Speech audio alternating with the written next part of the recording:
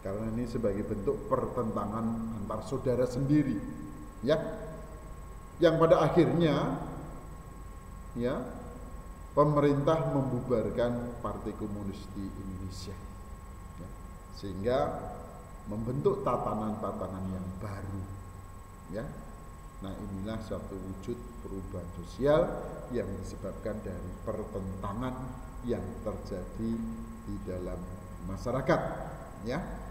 Begitu pula terjadinya pemberontakan atau revolusi, ya.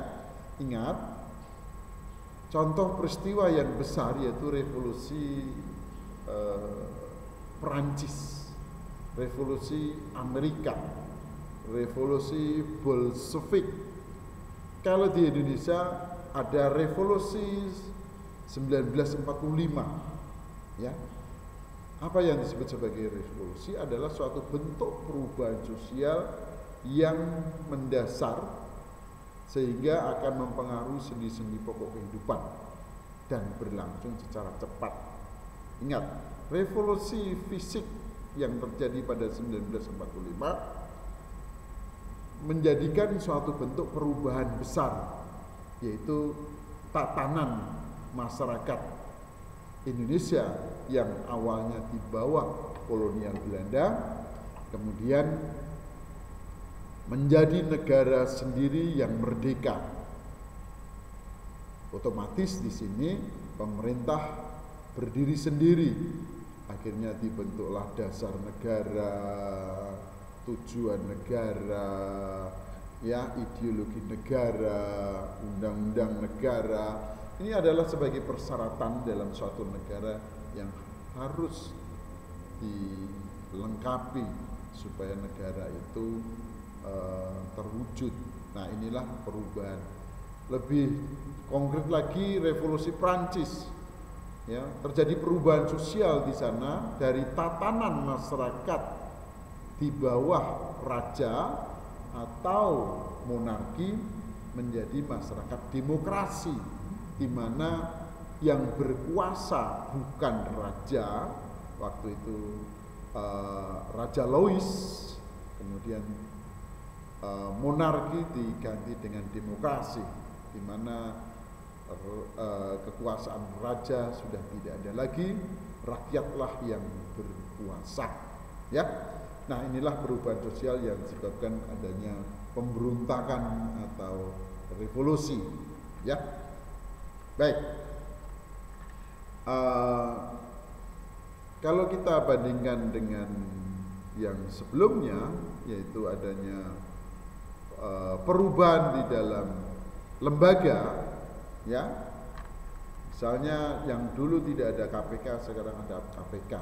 Nah, ini menunjukkan terjadinya perubahan sikap masyarakat yang dulu terjadi penyimpangan-penyimpangan di dalam kehidupan bernegara, berpemerintahan, karena ada lembaga yang mengawasi tentang korupsi, sehingga akan mempengaruhi sikap dan pola perilaku yang akhirnya mereka harus mengikuti norma hukum yang berlaku, ya.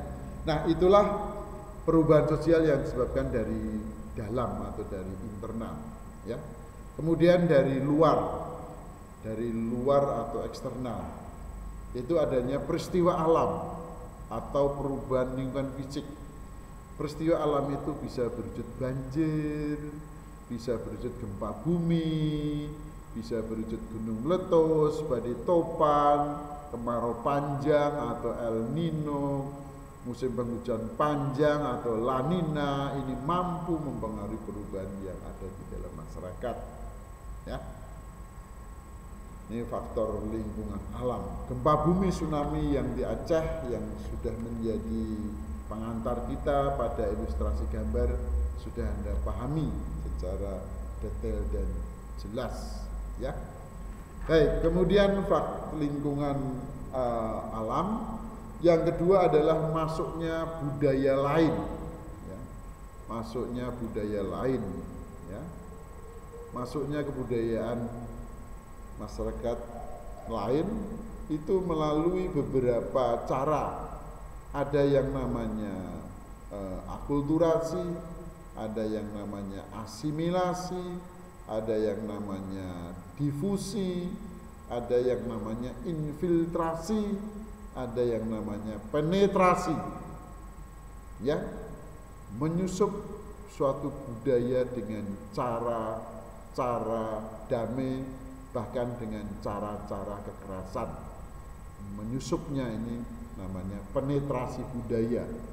Misalnya masuknya budaya asing ke Indonesia yang kita harus mengikuti, berarti dengan cara yang kurang baik.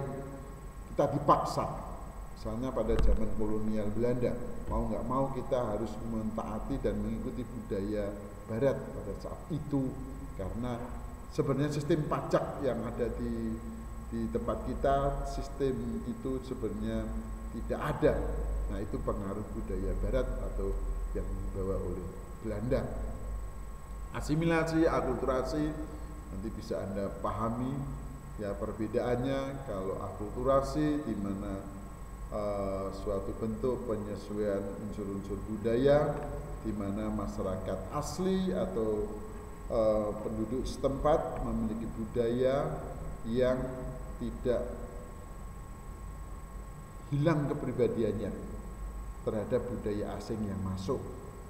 Sedangkan asimilasi, satu pencampuran dua kebudayaan, lambat laun karena intensifnya mereka berinteraksi, akhirnya lahirlah unsur budaya yang baru, itu asimilasi. Ya. Yang kedua, yang ketiga adalah terjadinya peperangan. Ya, peperangan. Biasanya negara yang kalah akan dipaksa untuk mengikuti aturan, norma, atau mungkin pampasan perang. Ya.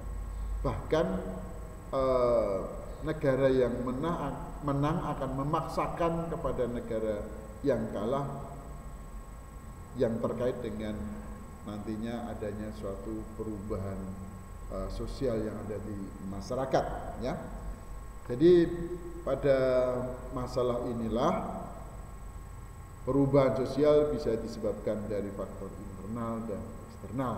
Jadi saya ulangi lagi, faktor internal itu dari dalam masyarakat, adanya suatu bentuk penemuan baru, ya, adanya suatu demografi atau perubahan penduduk yang disebabkan karena adanya natalitas, tumbuh karena kelahiran, dan pengurangan mortalitas karena adanya kematian, dan juga perubahan demografi bisa disebabkan karena migrasi, ya, jumlah penduduk yang datang di suatu tempat atau suatu kota dalam jumlah yang tidak terkendali akhirnya menimbulkan kepadatan penduduk. Kepadatan penduduk akan menimbulkan permasalahan pemukiman, sanitasi kesehatan dan sebagainya, yang semua nanti akan menimbulkan suatu perubahan sosial. Ya. Kemudian yang berikutnya yaitu dari dalam terjadinya adanya konflik atau pertentangan, bisa pertentangan ideologi, ada pertentangan disebabkan oleh perbedaan kelas, dan yang terakhir adanya pemberontakan, ya, beberapa atau revolusi, ya.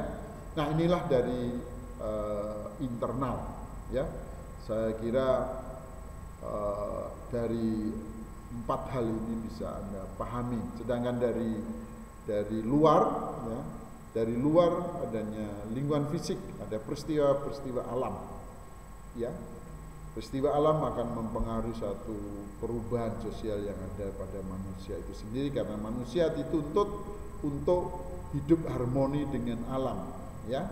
Kalau masyarakat pantai, ya tidak mungkin dia akan bermata pencarian bertani atau berladang atau berkebun, karena masyarakat pantai memang dituntut untuk bermata pencarian menyesuaikan dengan lingkungan alamnya.